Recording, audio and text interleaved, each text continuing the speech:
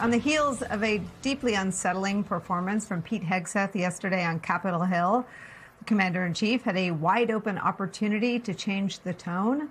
It's an opportunity he seems to have passed on. At Joint Base Andrews earlier today, on his way to the dignified transfer for Lieutenant Tyler James Feehan, Sergeant Michael Emmanuel Swinton, Private Isabella Gonzalez, and Sergeant Angel S. Rampersad, who were all killed fighting the war with Iran, Donald Trump was asked about the human toll of this war, about those service members and all who have been killed in action. Watch what he said. They are indeed great heroes, actually. They said, and all of them said very strongly, we cannot let Iran have a nuclear weapon. Sir, what do you say to families of fallen soldiers when Americans are wrongly against this war? How do you ask them? Well, Americans aren't against the war. A poll just came out. Americans don't want high gasoline prices, but they're not against the war. That just came out loud and clear in a poll. Nobody wants Iran to have a nuclear weapon. Do you want Iran to have a nuclear weapon? You think it's good? All of them said strongly, we can't let them get a nuclear weapon. There's simply no historical precedent for that, for an American president discussing the death of American soldiers on his watch as the commander-in-chief. In terms of them, all the four who died saying something about Iran's nuclear program, or saying anything for that matter about the price of gas in America. And it should never, ever become normal for a president to put words in their mouths or to talk about the men and women who have died for their country in the context of polls about gas. This is, again, a war he started. And frankly, the numbers of those paying with their lives continues to grow. Yesterday, we learned the name of another casualty in the war with Iran. It was released by the Pentagon. It is Sergeant Angel S. Rampersad, 28 years old, of Ozone Park, New York. As we mentioned earlier, she was part of today's dignified transfer. It brings the total number of U.S. service members killed to 18. Sergeant Rampersad enlisted in the U.S. Army in March of 2019. Her awards include the Army Commendation Medal, the Army Achievement Medal with 2 oak leaf clusters, the Army Good Conduct Medal, the National Defense Service Medal, and the Army Service Ribbon. And despite Donald Trump's claim that Americans' only objections to these sacrifices like that of Sergeant Rampersad's is the price of gas, the polls show that that is actually not true. Donald Trump could not be more wrong. The Washington Post poll finds that just 29% of Americans approve of the war with Iran, with a Politico poll out today finding that even Trump's base is souring on the conflict, with nearly 1 in 5 MAGA voters saying that the war should end no matter the impact on prices. That's an increase of 7 points since the question was asked in May. Donald Trump's callousness and the senselessness of the war driving away even Trump's own MAGA support is where we begin today with some of our favorite experts and friends. Retired U.S. Marine Corps Lieutenant Colonel Amy McGrath is here. Also joining us, Paul Rieckhoff is back.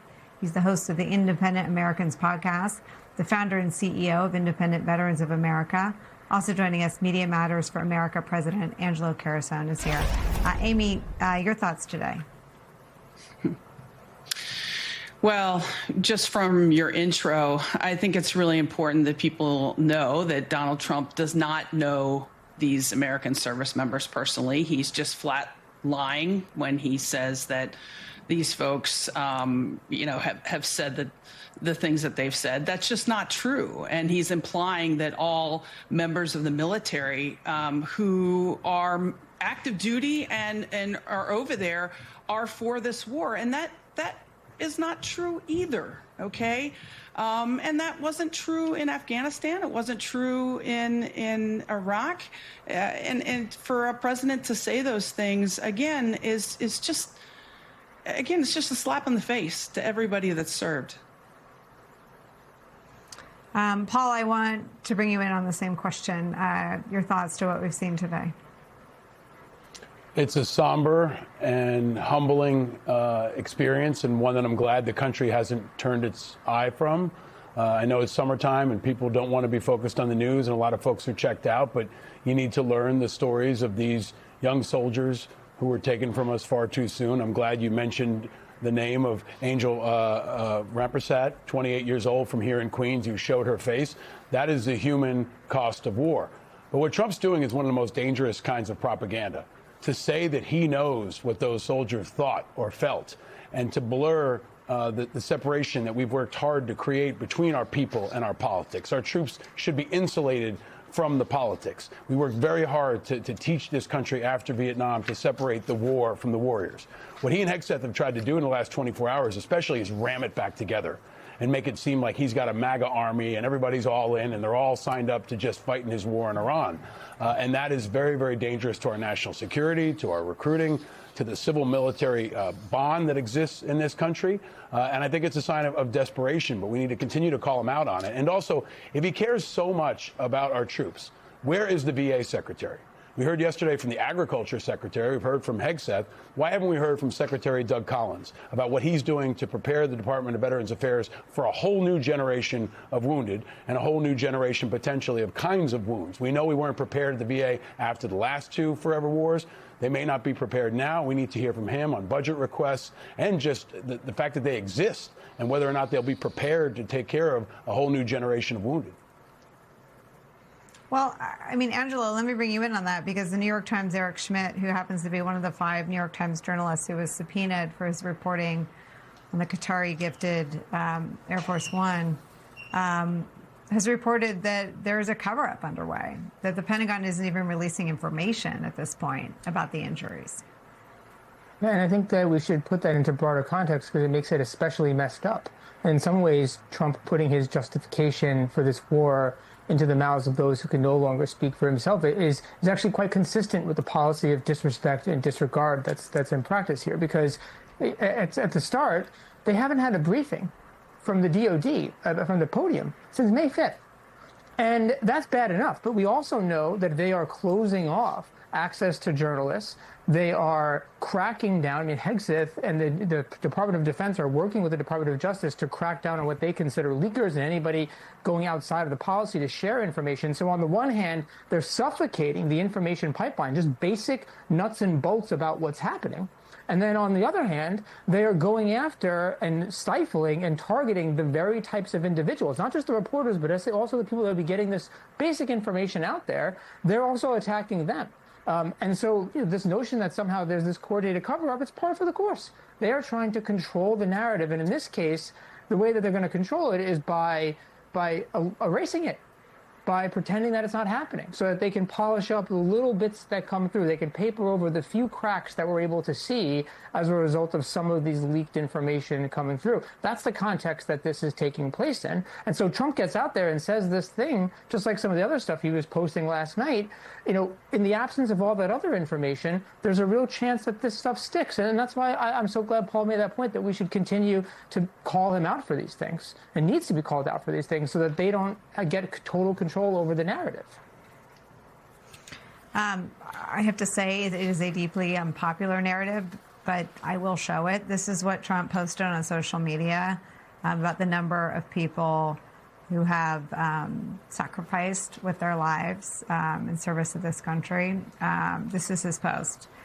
He posts about Afghanistan, 2,000 dead, Iraq, 4,600, Vietnam, 58,220, Korea, 36,574. And then he adds Venezuela and Iran, which he calls a military conflict.